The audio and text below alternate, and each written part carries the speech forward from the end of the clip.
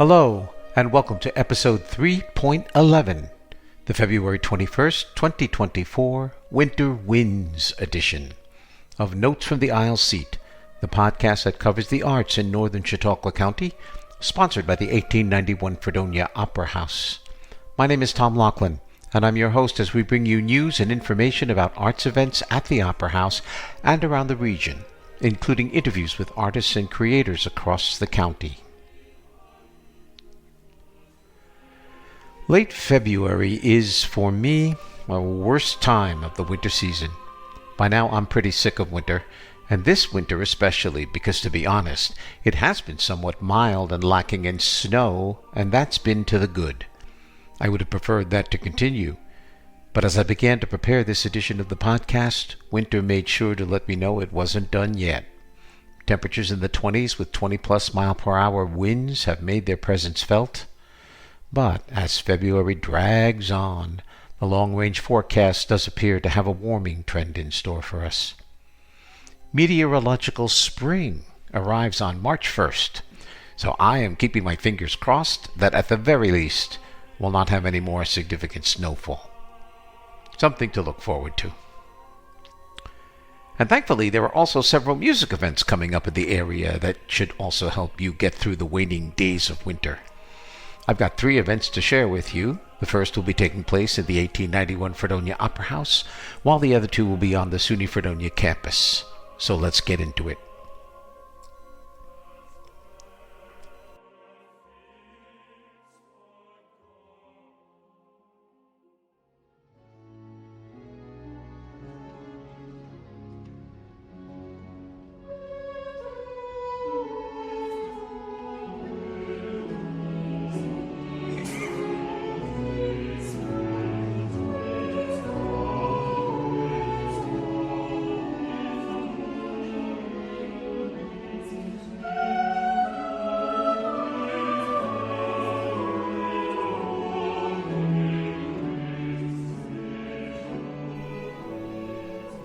The SUNY Fredonia Student Opera Theater Association will be presenting their major event of the year, Opera Scenes, at the 1891 Fredonia Opera House.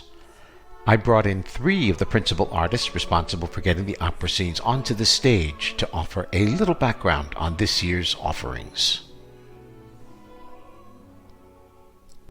I'm joined now by 3 young members of the organization, Student Opera Theater Association, which is a student organization at SUNY Fredonia, and it promotes opera theater, and everything that has to do with sort of music and theater. And the SOTA is going to present what they call their opera scenes. They do this every year, and their opera scenes are going to be held at the 1891 Fredonia Opera House on Thursday and Friday, February 29th through March 1st at 7 p.m., and then again on Saturday, March 2nd at 2 p.m. So I want to welcome in Mr. James Harrington. He's the director of Candide. James, welcome. Thank you. Ashley Zielizinski. She is one of the performers in Candide. Ashley, welcome. Hello. And I also have Mr. Lucas Cochran, who is the coordinator of the whole event, and he's also the vice president of SOTA. Lucas, welcome in. Thank you for having me. Great. So, Lucas, let's start with you, if we go, because you're sort of the coordinator of the whole thing. And what we have here with us today are 2 of the people who are involved in Candide, but there's going to be a lot more to the opera scenes than just Candide. So let's get an overview of what the audience will be looking forward to. Yeah, so we're doing 3 parts of scenes this year.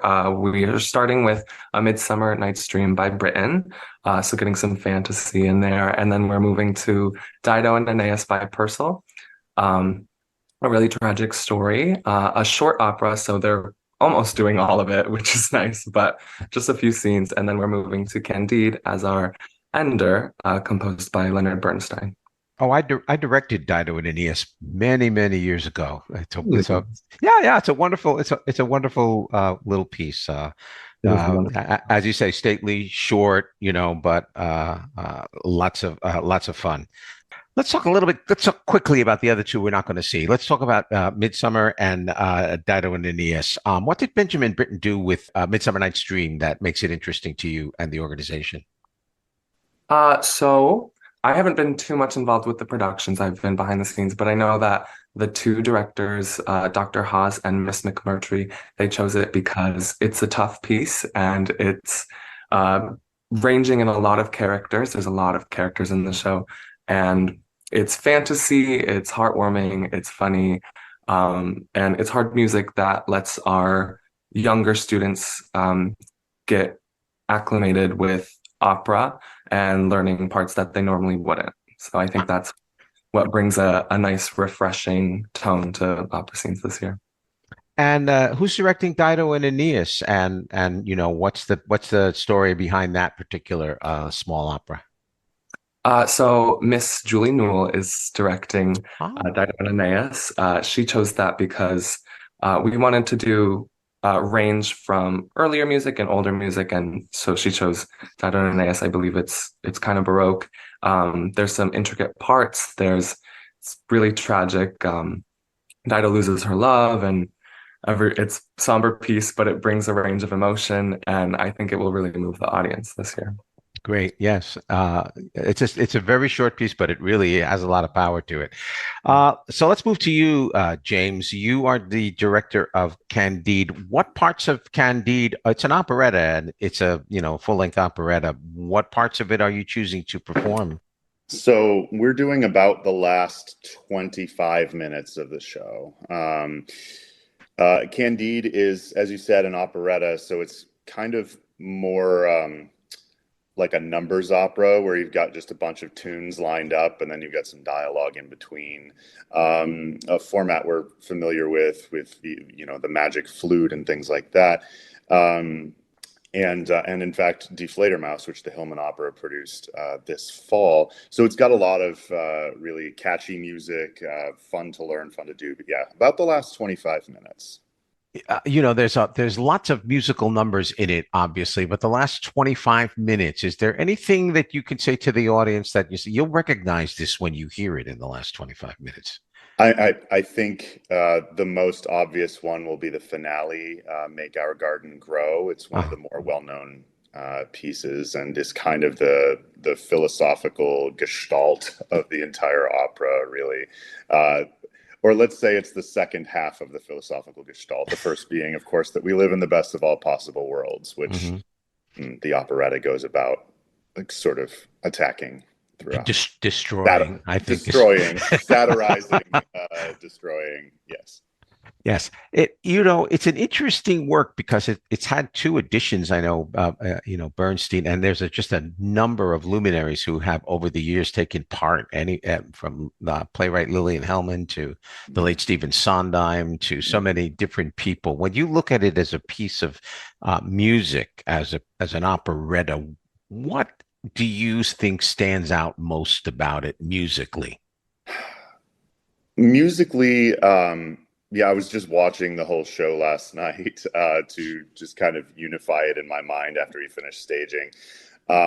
Musically, I love how Bernstein brings themes forward, musical themes forward. He starts early on, and then we revisit them as the philosophy falls apart. The same songs, same tunes are sung by different characters to make different points.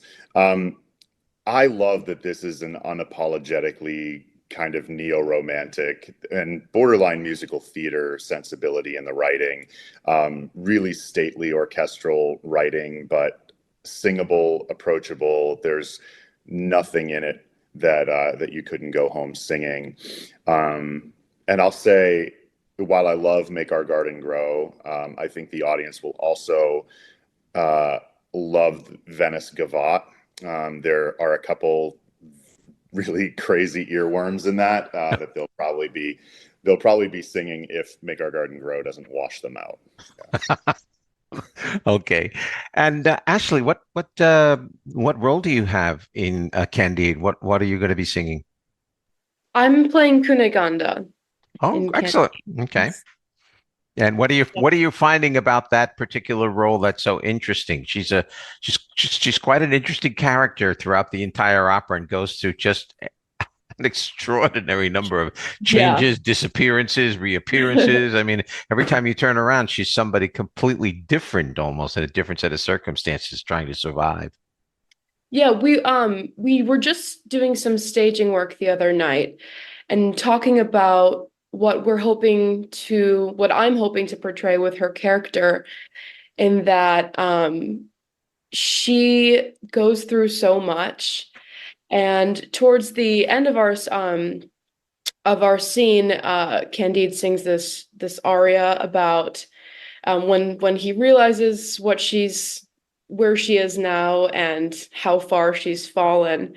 And he says some pretty hateful things, and um, in that moment, she's feeling guilt and she's feeling a little bit of indignation, and she's feeling all these things. And so it's been interesting to portray her story through this entire opera, but we meet her at a very interesting time in her story. Um, so I've enjoyed learning about her and trying to connect that into what we're doing in the opera scene, so the audience can get a little understanding of what she's been through, where she started, and where she ends up. Yeah, I think it's very difficult because you're picking that the last part of the operetta, and all of a sudden we have to fill in so much information. Let's talk about it just musically for you as a vocalist. What do you find most challenging about the pieces that you have for this particular performance? My favorite piece that I get to sing is We Are Women, which is a duet with the old lady, and it's fun and it's really funny, and it just celebrates and also kind of is a very gloaty piece of like we're women, we're gorgeous, and Uh-huh. so there's a lot of humor in that, and then we see her next in the Venice Gavotte, and there she's playing this con, and then we see her again at the end with Make Our Garden Grow. And so having to change so much from like being funny and getting to sing it with humor, and then having to sing at the end with sort of a stoicism. And so changing up, understanding the context of what I'm singing has been really interesting. It's also it jumps around a lot in my range, and so finding a connection in my voice has been challenging. But I've been really enjoying working on the music. It's a fantastic piece of music, and I'm a huge Bernstein fan, so getting to sing it has just been wonderful. Had you seen Maestro since you were a fan of Leonard Bernstein? I've absolutely seen Maestro. Yes, Yes. it And was a what did you beautiful think of it? it was a beautiful film. Yeah, I'm a big music fan, and so the scene where he's conducting Mahler 2 was just gorgeous, and getting to see a little bit about his life, and even though it's, a dramatic film and it's not supposed to be a documentary, just it puts you inside his mind a little bit, um and I really loved how it portrayed the composer side of him and the performer side of him, and it made this opera scene definitely more exciting to be a part of, because I just feel really connected with the music. James, let me turn to you once again. What's it taking for you in terms of coordinating all of these various pieces? You have, three different director teams and all this cast members. How have you risen to the challenge of putting this all together? Um, so directing these scenes is a challenge anyway. Our students are very busy in the School of Music, very busy. There's always performing, always choral, and like their coursework. So that in itself, is a challenge. But I made the decision early on with my colleagues who are also directing that Make Our Garden Grow would feature everyone in the entire program, and that everyone would get to come on and experience this work and share it. So that has been a challenge in that goes from 19 schedules that I'm trying to coordinate and and get the most out of everyone to something like 40 or 42, or something like that. Anyway, it takes a lot of just forethought. Last year was my first year doing an opera scene, directing an opera scene, and I learned a lot of lessons by not doing it very well in the organizational process. Just so many people to get together. This year, just getting on the front end of it, a lot of communication, and having a central sort of document that everyone can go to and reference, from the directors to everything else, and then we can kind of know how to avoid each other and get the best out of everyone without wearing them out. And what about you, Lucas? You've got a lot to do to put some of this stuff together too. How important is this for SOTA itself? This is like your major event every year, and how important is it to make sure this comes off well for you and the organization? Yeah, so we have we do a lot of events. Last semester we did Ashley actually produced Grand Night of Singing. She's on the e-board with me and she did a wonderful job. And then this semester's opera scenes. It starts very early, I can tell you that, and I didn't know what I was getting myself into when I became vice president. But luckily the team, the e-board this year, they all are so knowledgeable in the process because they've all done it before, and I had not been experienced in SOTA very much. I barely went to general body meetings. I did not perform in opera scenes, and now I'm producing it. So I've had the president, Leah Curran. She's helped me a lot. Sarah Cadane, our treasurer, very helpful. Our lovely academic advisors, Dr. Hawes and Professor McMurtry. They've been helping me so much, and I actually have a schedule that the last vice president made of everything I should do. Yet there's not like timestamps of when I should do them, so I'm confused on when to do them. So I'm weaving my way this year. Like it's kind of hit or miss of what I do, and I'm learning. Some people are better at responding to emails. Sometimes I need to send like 5 a day. But it's going pretty well. I sat in on Candide this week. I'm planning on sitting in on some rehearsals and seeing how they're going, making sure everyone's getting what they need, making sure performers are comfortable with what they're doing, and directors are telling me what they need, from costumes to props. And I think it's going pretty well, but we'll see during Tech Week. So you've taken a look at Candide, Lucas. How do you think it's going to turn out? I mean, what is the audience going to really be thrilled? I think that they're going to love it. I think from all the opera scenes I've been to, I think this is going to be one of the best ones. I think the scenes are amazing. I think the performers are amazing. And that's not to discredit any of the other scenes from past years, but I don't know. I think there's something really special. I really love, we are ending with Make Our Garden Grow. And I think that's a really strong ender, including everyone from every scene, and it's really showing the camaraderie of music and opera scenes and SOTA, and I think it's a really good showcase of our vocal program at the school. Well, good luck to all of you. We'll look forward to seeing you at the Opera House, and I hope that everything goes swimmingly for you, because it's just such a nice event to get to listen to these scenes and listen to the voices. And I know when I've seen them, I've always enjoyed them. I like directing opera myself personally; it's a lot of fun. From me to you, congratulations, toi toi toi, and all of that good stuff. Thank you, Tom. Thank you. Thank you. The Student Opera Theater Association will be presenting this year's collection of opera scenes on Thursday and Friday, February 29th and March 1st, beginning at 7 p.m., with a matinee performance on Saturday, March 2nd at 2 p.m. You can call the Opera House box office at 716-679-1891 to get information on ticket sales and prices. I look at you lying there, sleeping so soundly. Sometimes I wish I could sleep as well as you.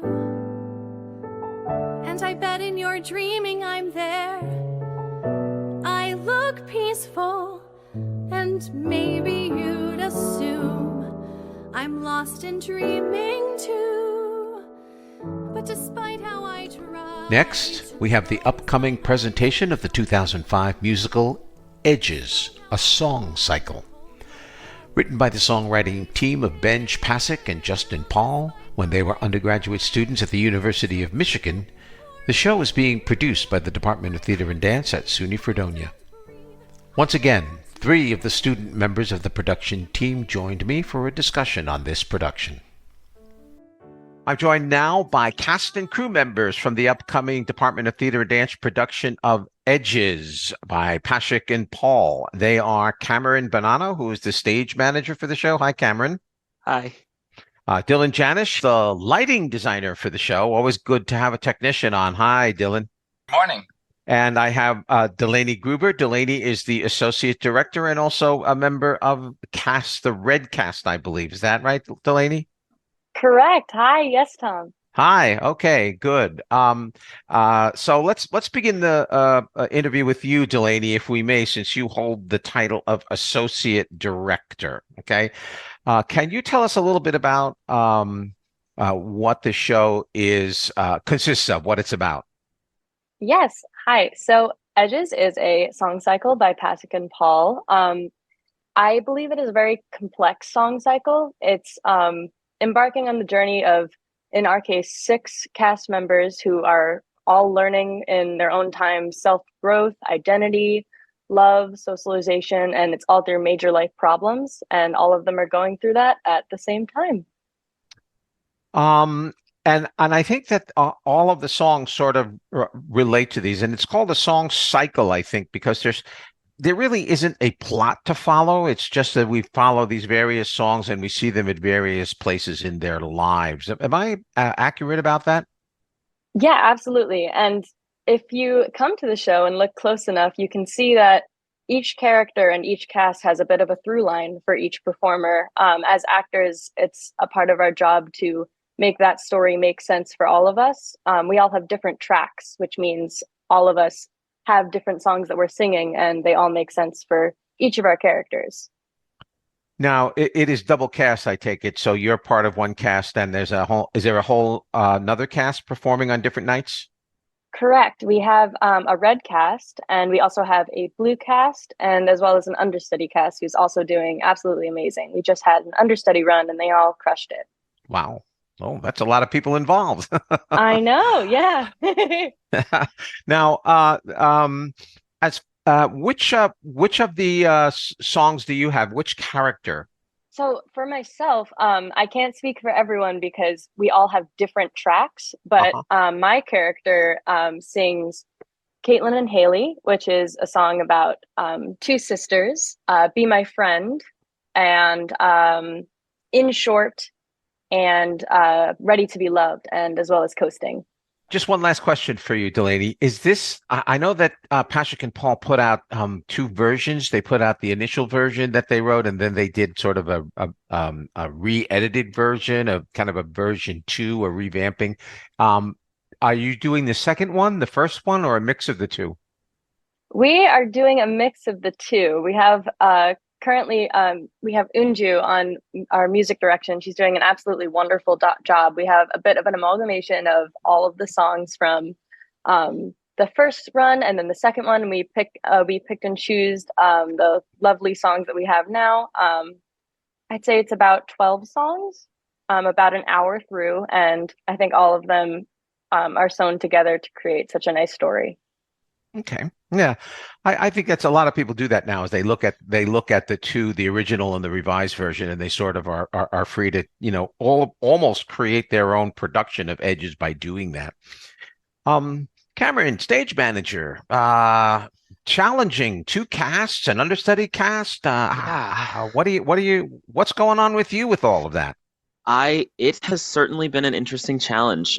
This is since high school. This is my first musical that I've been calling. So far in Fredonia, I've done just straight plays, and I've assistant stage managed musicals, but this is the first one that I'm fully calling. So having 2 different casts and also an understudy cast to work with was interesting in terms of scheduling by far, of trying to make sure that there was enough time for both of the casts to work through songs and get blocking noted down correctly, making sure the understudies weren't getting overworked, because at the very start of the process, we had like a rehearsal where we would only call the red cast or only call the blue cast, but I had the understudies there for both of those.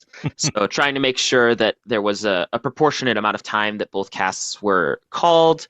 But yeah, it's been a very, very interesting challenge to handle kind of, I would say almost three casts at once with the understudies and then red and blue. It's been interesting, but it's been a lot of fun. Yeah, calling a musical is always a big challenge to get the cues right and so on and so forth. How have you been adapting to that as a new experience for you? I'd say I've been adapting pretty okay-ish. Some of the timings are a little tougher than others. Like there are songs like I Once Knew, where I call a cue every now and then there are songs like Coasting, where there's a cue just about every measure. So it's been interesting and a lot, but it's been a ton of fun to get used to something new and like dip my feet into something that I haven't necessarily done before. So it's been certainly been a challenge, but I'm really happy. I'm really having a great time doing it. Yeah, and so far, just from you watching rehearsals and so on and so forth, what's impressing you the most about what you're seeing? I think what's impressing me the most is just the amount of work that gets put in. Day in and day out, I see my cast members and people on my production team consistently putting in, an 11 out of 10 in terms of effort on this show, and it really, really comes to light every single time I see them hit that stage. So it's been quite the experience to kind of watch everything unfold during tech, especially. Yeah, I always think it's a marvel to just see things develop that way, watch a show grow and stuff like that. The anxiety that it raises, but then the joy that comes when you get it together. It's really a lot of fun. Yeah, I'm going to bring in Dylan now, the lighting designer, because he's the guy who's making it hard for you, I'm sure. Dylan, what's your challenges in lighting the show? It's so much music. It's practically almost all music with very little dialogue, and it hardly gives you, as the lighting designer, I would guess, a rest. Absolutely. I mean, and it's more of an issue for Cameron than it is me, because I can go through and program all the cues I want, but he's the one that's got to call them in the right spots, and he's the one that's busy during the show. But the show definitely has presented some challenges for me. One of them being having two separate casts. I mean, the goal throughout the rehearsal process is to block everything the same, so the actors are doing the same things. But different actors make different choices. So every once in a while, somebody does something different, or takes a little longer for something, and that it creates its own challenges for me. I mean, there are certain scenes that I can't get super narrow and super specific with, because there's, like I just mentioned, actors are doing slightly different things. That has brought up some challenges. I mean, and like you said, this is a strictly music show. It is a little over an hour of just straight songs, and as Cameron mentioned, some of them are slower and there's not as many changes. But in our last song, the big finale, Coasting, I have about 72 light cues in a 8-9 minute song. So we go pretty quick. It's been a lot of fun for sure. 72 light cues in one number? Yeah, it's a lot, but it sounds excessive, but it really comes together to create a beautiful piece. Well, you're a lucky man, because when I was your age, you couldn't get 72 cues in one number, because you just didn't have the technology. But, I won't give you the old man crying in his soup routine here. But I will ask you this, Dylan. When I was directing and teaching young actors, one of the things I always used to, you see all this lack of hair on my head? The thing that used to drive me crazy was actors not hitting their light, not finding their light. Are you having any issues with that, with all of these light cues that you have, or are you just trying to really, cover them no matter where they go? I'll be honest, they've been very, very good about it. Going into this process, I was concerned about that, and I was concerned about the limitations I would face, because as a designer, I am someone who really enjoys having intimate, closed moments and not having the full stage open all the time. And in coasting, for example, I have lots of different specials on different lines, and the actors have been very good about hitting their mark in both casts. There are just certain songs that even the director, Paul McCovack, he is allowing the actors to make their own choices in those songs, and those are the instances where I have to open up the stage a little bit, but not to an extent that it's like damaging my design or anything. It still is doing everything that I want it to and whatnot. Can you explain to me? I don't have the set designer here, but can you explain to me how the Bartlett is arranged for this show? What are the levels, the arrangement? Yeah, so we're doing this show in our typical 3/4 thrust. It is the arrangement we do most often in the Bartlett. So we have seats on 3 sides of our black box space. And this show from the beginning has always been, or it was supposed to be, a minimally tech supported show. And we have since then added lighting and projections and some things that are, I won't say simple to add, but they don't require a lot of money and things to add. So it's just finding students to do them. So as far as our scenery goes, we just have a few risers that are on the upstage section to create some different levels, just in like kind of a U shape. And then the 3-piece band sits kind of in the center of that U. So it is mostly open stage. There aren't a ton of props. We are really highlighting the actors and their talents, and I'm doing my best to support them with some interesting lighting. So your challenge really has been to pretty much light an open space. You don't have a lot of flexibility to create shadows and angles and things like that. Absolutely. That lighting in open spaces definitely has its challenges. And the Bartlett itself is a smaller space. We only have room for so many lighting fixtures as well as so many circuits in the wall to plug them into.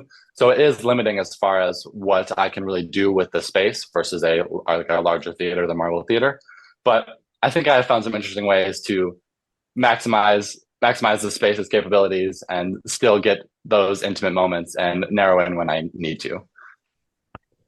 Lady, let me turn to you again and ask you a couple of questions about the show itself. And the first question that I think I want to ask you, and this might be a very challenging question, so get ready. The show really it was written for young people, mostly in their 20s and so on. How do you think audiences who might come to see this show, who are well past that age, in their 40s, 50s, 60s, and so on, how do you think they're going to relate to the concerns of the people that they see on the stage and the songs that they're singing and the kinds of issues that are facing them? Do you think there's any relatable connection there that can be made? Absolutely. I think that is a wonderful question. I think, yes, this is a show where the 6 characters are coming of age. They're going through these things and they're realizing that because they're on the edge or the brink of a change, that they are deciding that they can discover their personal strength. They can discover the importance of familial bonds. And I think those themes are universal. I think at any point in time, someone could discover that they want to say, I love you for the first time, or deciding that you deserve love instead of running away from it. I think, well, yes, these are people in their 20s going through something very, very important at a certain point in time. I think these themes are universal. And I think anybody who enjoys either a good laugh or, honestly, I think a lot of tears can become from this production too. I think there's a whole range of emotions that can be experienced from any type of audience member watching this. And another along those same lines, I'd like to ask you another question, if I may. And again, I think it's a bit of a challenging question, perhaps. Yeah, absolutely. The piece is actually, was originally written in 2005, and we're almost 20 years away from that. So the piece kind of sits in a time period that a lot has changed since 2005 in terms of something like the song "Be My Friend," which has been called the Facebook song. I don't know if you guys are doing that one, but it puts Facebook in a specific way, which 20 years later almost has nothing to do with it. And there's been a lot of changes in the culture in 20 years. Do you feel that Edges is still contemporary enough that it will ring true in 2024, or are there issues involved in it that sort of have that we're not there anymore kind of feeling? Yeah, absolutely. Well, when first Mr. Paul asked me if I'd like to associate direct him, that was a huge question that was posed, especially for that song "Be My Friend," which we are doing, because I've had this complex role of assistant choreographing, assistant directing, and being in the cast. That was a question that came up a lot, especially for that song. But with the choreography and with the acting choices that we use, we luckily have three great cast of wonderful actors. I can confidently say that "Be My Friend" is one of a fan favorite from the cast, and I hope that the audience feels the same way. While yes, some of the lyrics are outdated, one of the main choruses are "Please be my friend" on the Facebook, which just doesn't come out of people's mouths lately, but it's acted so well that and performed so well, and I think it was posed in such a way that it's almost hilarious. We're utilizing phones on stage as opposed to computers, which are frequently mentioned, but I think that honestly makes it more funny. We've modernized some of the text just from the way that our acting choices work, and I think that while yes, some of the lines are a bit outdated, using like our acting choices and using anything that comes to mind where we have like props, I think it's become such like a fun piece to work with. And I think it melds really well to the society we are in now today. Okay, that's a very good answer. Thank you. There were actually issues. I was very interested in understanding how the production was going to be approached, because there's a part of me that thinks, oh, Edges is like, was so much of its time period, and times have so drastically changed that I wonder if it played anymore. But it sounds like you guys are making very good choices to make that adaptation. Yeah, thank you. Yeah, it's definitely been a challenge, but I think we've found a lot of ways to make it come across honestly even better than we had hoped. I think specifically with Facebook, or maybe even Caitlin and Haley, which is like we've even Isabella Bailey, who's on projections, she has some lovely photos up for the two sisters who are completely different, and like there's some albums that I listened to growing up that maybe even you listened to growing up, and I think everybody has something in there that they can relate to, and I think that's pretty awesome. Good. Well, good. That will make it a little more interesting to watch, I'm sure.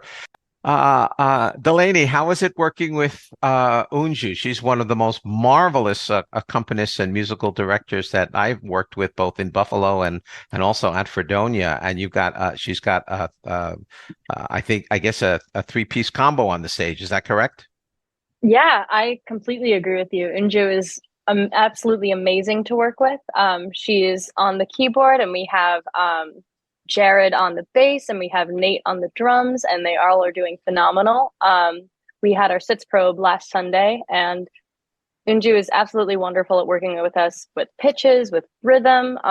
She's worked with us a lot of opt-ups have been interesting, because we're trying to find something that fits in the chord, sounds proper to the ear, and also is going to, similar to the projections, finding things that not only enhance the production but keep it in the same breath.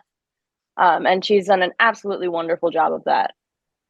Yeah, I couldn't do this podcast without a shout out to Unju, because she's just marvelous. That 100% agree. Oh God, that woman is something else. I mean, anytime I would ever do anything musical, if I could find her and hire her, she'd be the one I'd get. Listen, thank you, all three of you. I appreciate your time. I wish you the best of luck, and it should be a wonderful experience for the audience. Thank you so much for coming on. Much appreciated. Thank you. Thank you for having us. Edges will open on Saturday, February 24th at 7:30 p.m., with a matinee performance on Sunday, February 25th at 2 p.m., and continue the following weekend, Thursday through Saturday, February 29th through March 2nd at 7:30 p.m. Performances are in the Bartlett Theater, located in the lower level of the Rockefeller Arts Center. Tickets are $25 in advance, $30 at the door, and $10 in advance or $15 at the door for students. Call the campus box office at 716-673-3501 for ticket sales and information, or check out the website at www.fredonia.edu/tickets.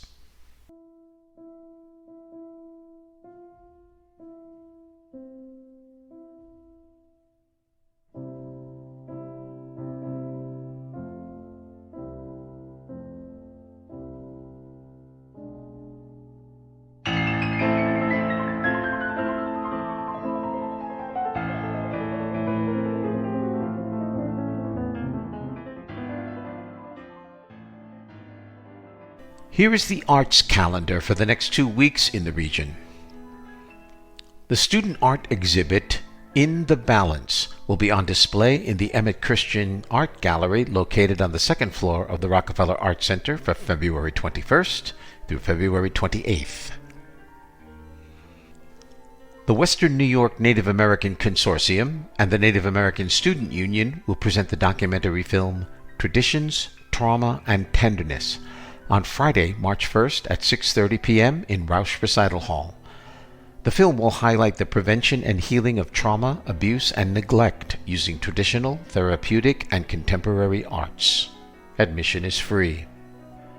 There are also 3 concerts scheduled to be performed at the School of Music before spring break.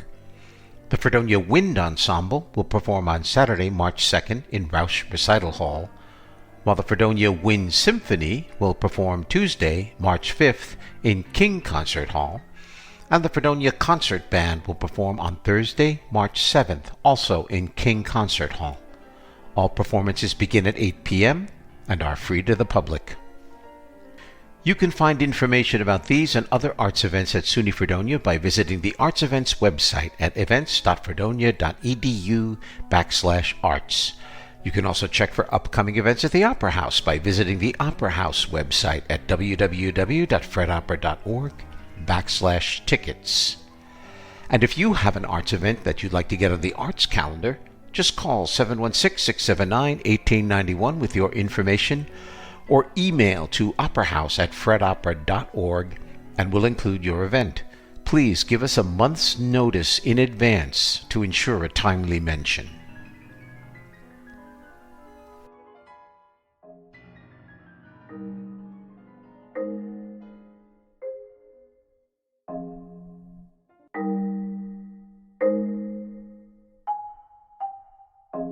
I watched the dawn come. I watched the spring dawn come. Come, and the red sun shouldered his way up. Shouldered his way up. Finally, I think nothing warms the heart more than to hear a performance by a good choral group. Fortunately, at SUNY Fredonia, we happen to have a few outstanding choirs, and on February 24th, you'll be able to catch a concert featuring 4 different choruses, including the Fredonia High School Choir. The Choral Festival weekend will also feature a guest lecture and presentation by guest clinician Dr. Stephen Gusukuma of Vernon University on Friday, February 23rd, prior to the concert.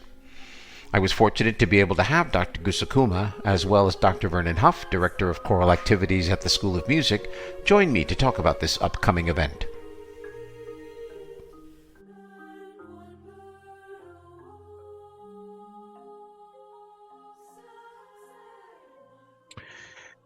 I have to admit to my listening audience, I think I'm going to be a little bit over my head in this particular interview because I have 2 distinguished gentlemen who are experts in their field of choral music, a field that I know little to nothing about. So I think it's probably going to be educational experience for me as well as for the listeners. Joining me now is Dr. Vernon Huff. Dr. Huff is the Director of Choral Activities at SUNY Fredonia. Vernon, welcome. Thank you, Tom. Thanks for having me back. As always, love to have you. And a special guest, too, Dr. Stephen Gusukuma. He is going to be the guest clinician and conductor at the Choral Festival coming up at SUNY Fredonia, and he is the Bingham L. Vick Jr. and Judith S. Vick Assistant Professor of Music and Director of Choral Activities at Furman University in Greenville, South Carolina. Stephen, welcome. Thank you so much. It's such a pleasure to be here with you. Great, wonderful. Glad to have you.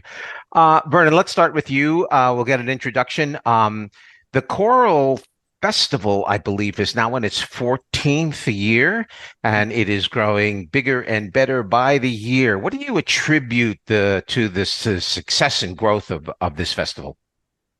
Tom, this originally was the vision of the late Gerald Gray, who was my predecessor and colleague at SUNY Fredonia. And he started this, and his idea was to bring a guest clinician to our campus to spend a day or two with our students, with the community, sharing their expertise with our students too. And it's this idea of showing off what we have to the larger world, bringing folks in to see what we have at SUNY Fredonia, and then exposing our students in our little pocket of Western New York to folks who are out there. So we've brought folks as far away as Colorado and Arizona, and now South Carolina with Dr. Gusukuma. And explain to me just a little bit more. Give me a little bit more of what the idea of a clinician is when you're talking about choruses. Okay. In this sense, what we're going to do is Dr. Gusukuma picked pieces for our choirs to work with. And I guess I should also mention that in addition to the Fredonia collegiate choirs, that Fredonia High School will be there as well. Mm-hmm. And he picked pieces for us back in the fall. So we have been working on those, and hopefully we're there at a point that he can come in, sprinkle his magic, his choral fairy dust on them, and then turn them around, and they're ready for performance. So, in a sense, as a clinician, Stephen, if I can turn to you, your job is to sort of take what you're going to be hearing and seeing and stuff, and give a boost to these choirs in terms of giving them a little bit of your experience, your background, and your expertise in the area. Absolutely. I think the choirs at Fredonia are really wonderful. I've heard some recordings of them, and they have won and been recognized for their accolades through the American Prize and other things recently.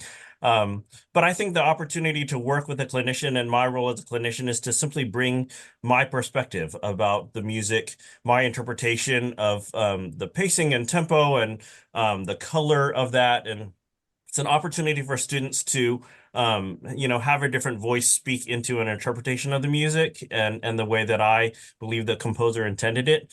And I think that just every one of us as musicians, I think, is a part of like our pieces, collected pieces of all the musicians that we've been around in our life.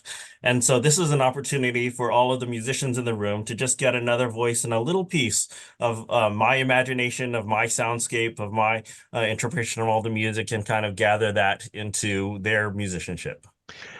Now, Stephen, you're also going to be giving a guest lecture presentation as well as a master class the day before the actual concert. And I looked at the title, and it's the title is Looking Beyond the Notation, Utilizing Score Study to Unlock the Imagination and Find the Story Within the Song. And that title actually intrigued me very much because my area of expertise is Shakespeare. And one of the things that I've always tried to get across to my students when teaching them how to perform Shakespeare was that the idea that everything you need to know was in the language, was in Shakespeare's language, what he wrote. And you have to unlock that to be able to, get to the meaning of what he wanted. Is it similar to what you're doing with a title like that? Yeah, I think absolutely. I think for us, particularly when we work with undergraduate and graduate students, we train processes for how you approach a piece of music. And, our mission as musicians, for me as a conductor, is to honor the composer's intent and to also know everything about that I can about the background of the composer, of the text, of style and practice of that time period, of where the music comes from and its influences. And so in this presentation, I think we often pattern ourselves so much, and we learn a lot of what's right in front of our faces. We learn a lot about, when was it composed, and who wrote the text, and what was the composer, what else do we know by the composer, and we train and pattern ourselves into these things. And the last step of all of the study that we've done into a piece is to let our imagination speak into it. And I think in these pieces that we're approaching this week, I hope with every piece of literature that we look at, there needs to be a backstory for us, particularly with choral music when we're dealing with text. The messaging of how we convey that, it's not as simple, I think, as this is a happy piece or this is there's a backstory to everything. And so I think we have to, as conductors, need to also convey the emotional and emotive qualities that we imagine alongside the music. And so we could, for instance, approach music and say that needs to be shorter, that needs to be louder, that should be mezzo forte, that should be, softer. But I think in our language, we can use more descriptive, whether that's metaphor or whether that's a more descriptive language that conveys emotional meaning. So if I said that needs to be pianissimo, that means something to the musicians in the room, obviously. But if I said that needs to be whispered or breathy, or it needs to be ethereal or it needs to, there's language that we can use that convey more than just the dynamic quality and context of what we're talking about. And so my goal is to just kind of unlock some of that. I think sometimes we just take music for what it is on the page and don't always ask, why did the composer write a half note there instead of a quarter note? Or why did the composer, what is the hidden messaging that's embedded in there that sometimes we just take for granted because we care about notes and rhythms and pitches and intonation? Vernon, looking at what Stephen just said from your perspective, how difficult do you think it is to get a chorus of voices, anywhere from 15 to 25 voices?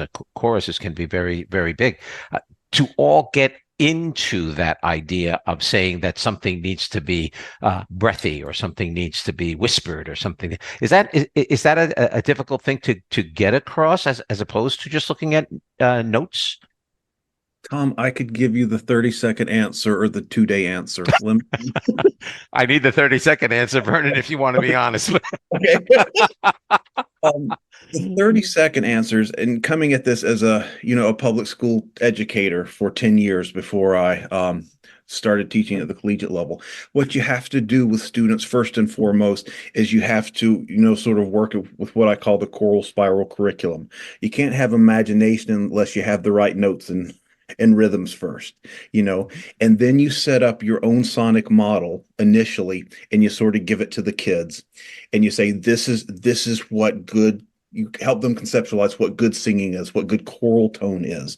Then from that baseline, then that's a good jumping off point for them to be able to start getting in your head and then making their own musical decisions like that. And then you can really start having those conversations.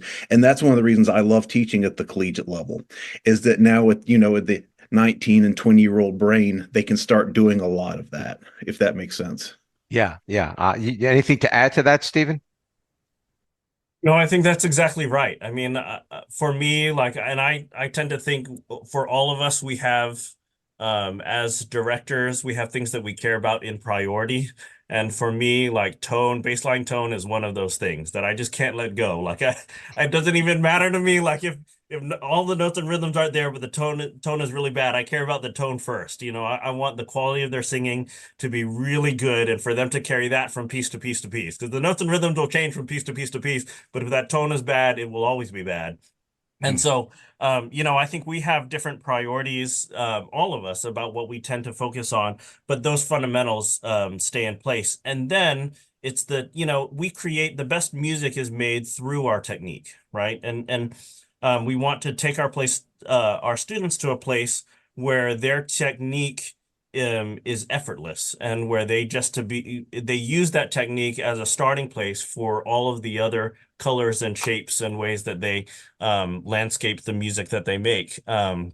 And so, that's with any skill set. It's the same way that I teach conducting gesture, right? We have to have a baseline fundamental that's clear and that is easily read and is musical. And then from there, when we depart from it, we choose ways to shape and nuance that in ways that are for particular reasons and particular moments in the music. Let me turn now a little bit to some of the repertoire. I am not by any means an expert on the choral repertoire. Let me ask you again, Stephen. You have three pieces that you're going to conduct. One of them is entitled "To Sit and Dream." The other one is entitled "Come to Me, My Love," and the third one is "Love Arrives." Can you give me a short sort of description of each piece and why you chose it for your session, your visit here? Yeah, absolutely. I think, yeah, all of them are very unique and wonderful pieces. I selected them because I hoped that the students who were exposed to them hadn't had the opportunity to interact with them before. So that I'm glad that I landed on pieces that are maybe not completely familiar to everyone. To Sit and Dream is by Rosephine Powell. Rosephine is now, I think, nationally broadcast as one of the leading Black female composers of our time, and there are some pieces that are programmed often in Rosephine's literature, and I think this one is starting to make its way up. But one of the reasons why I chose it is also because the text is from Langston Hughes. And so you have, this really powerful poet and this story that's behind that. And I think for all of us, we're trying to find ways to highlight and underscore underrepresented composers across time periods. And Rosephine is certainly one of the Black composers who needs to be programmed across our country. And so that visibility is really important. And then the way that the text is painted in this, the story behind, Langston Hughes and the Harlem Renaissance and who he was as a poet, I think is something that's something that we can really dig into. Love Arrives is a Maya Angelou text, and by a good friend of mine, Tom Trenny.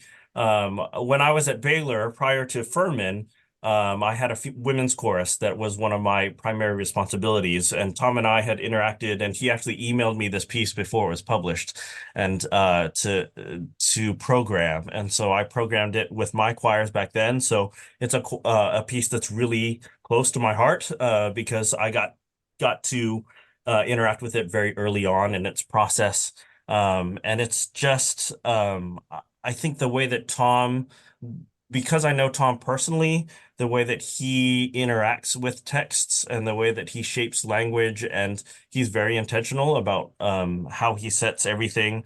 And we had the opportunity to bring him in here for Church Music Conference at the beginning of January. And so he was with us here at Furman for 3 days, and our women's choir on campus clinicked with him on this piece. So I got to have his perspective firsthand, and then now get to bring that story up with me up to Fredonia. So I'm excited about that. The third piece, Come to Me, My Love, the Norman Delajoyo.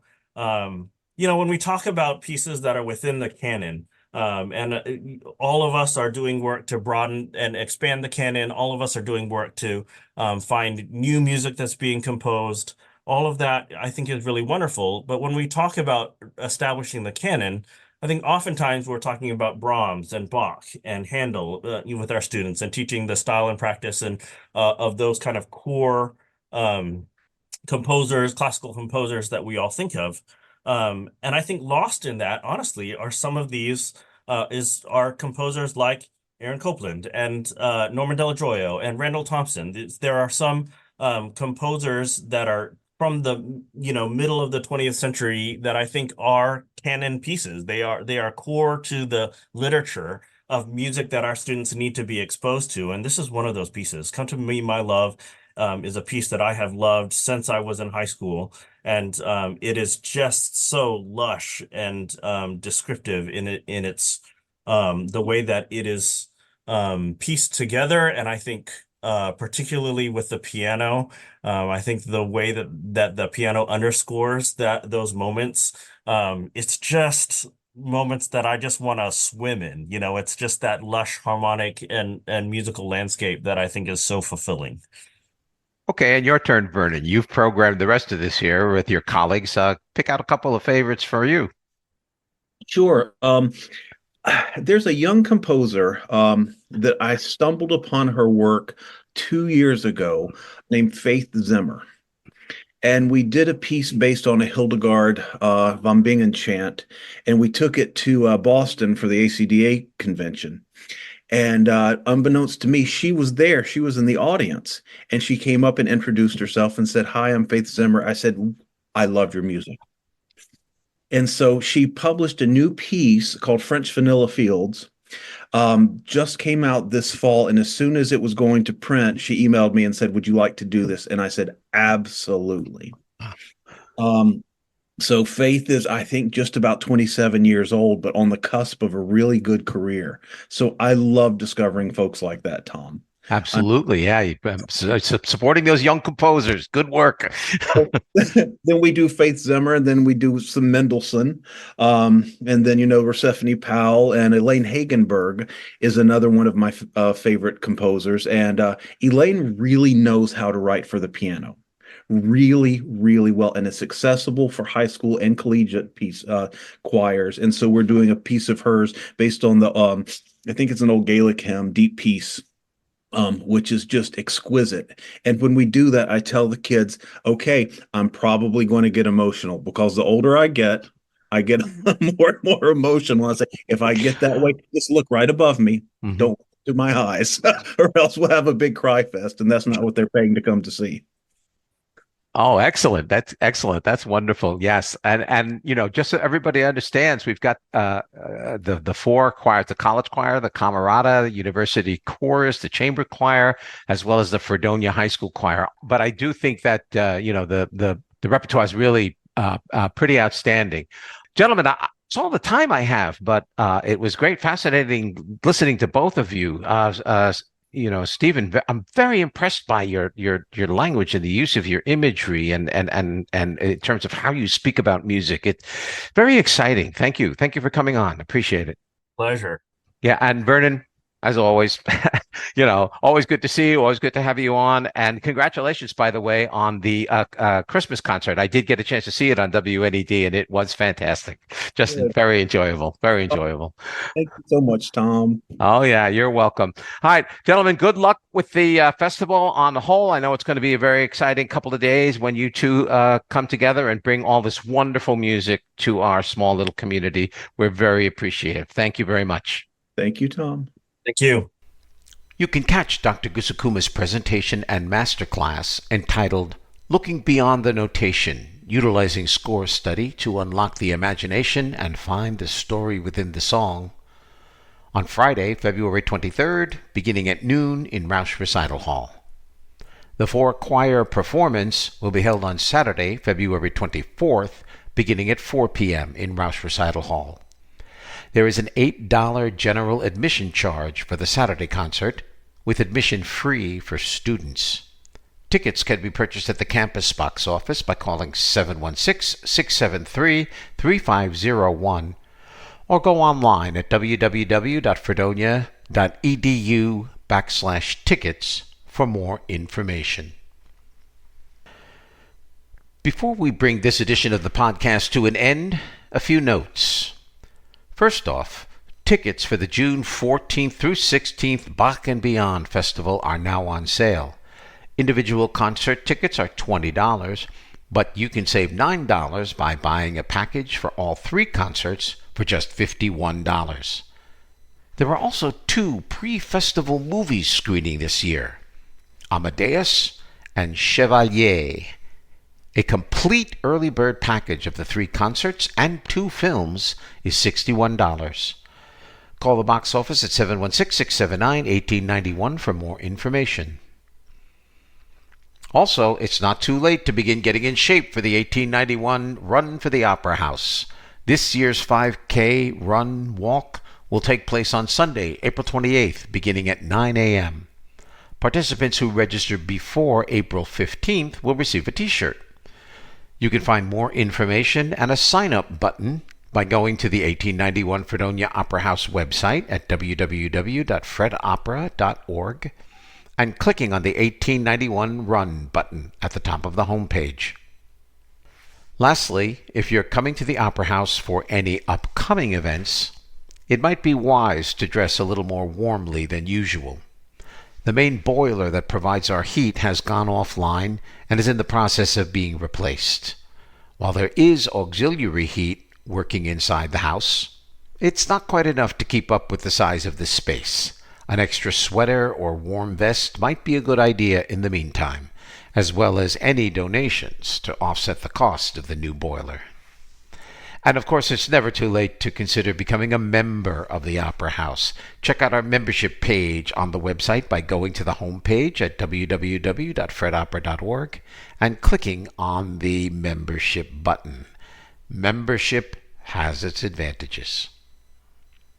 We'll build our house and chop our wood and make our garden grow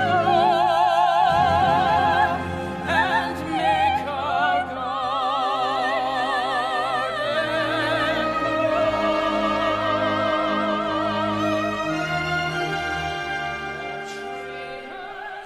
And that's it for this Winter Winds edition of Notes from the Aisle Seat.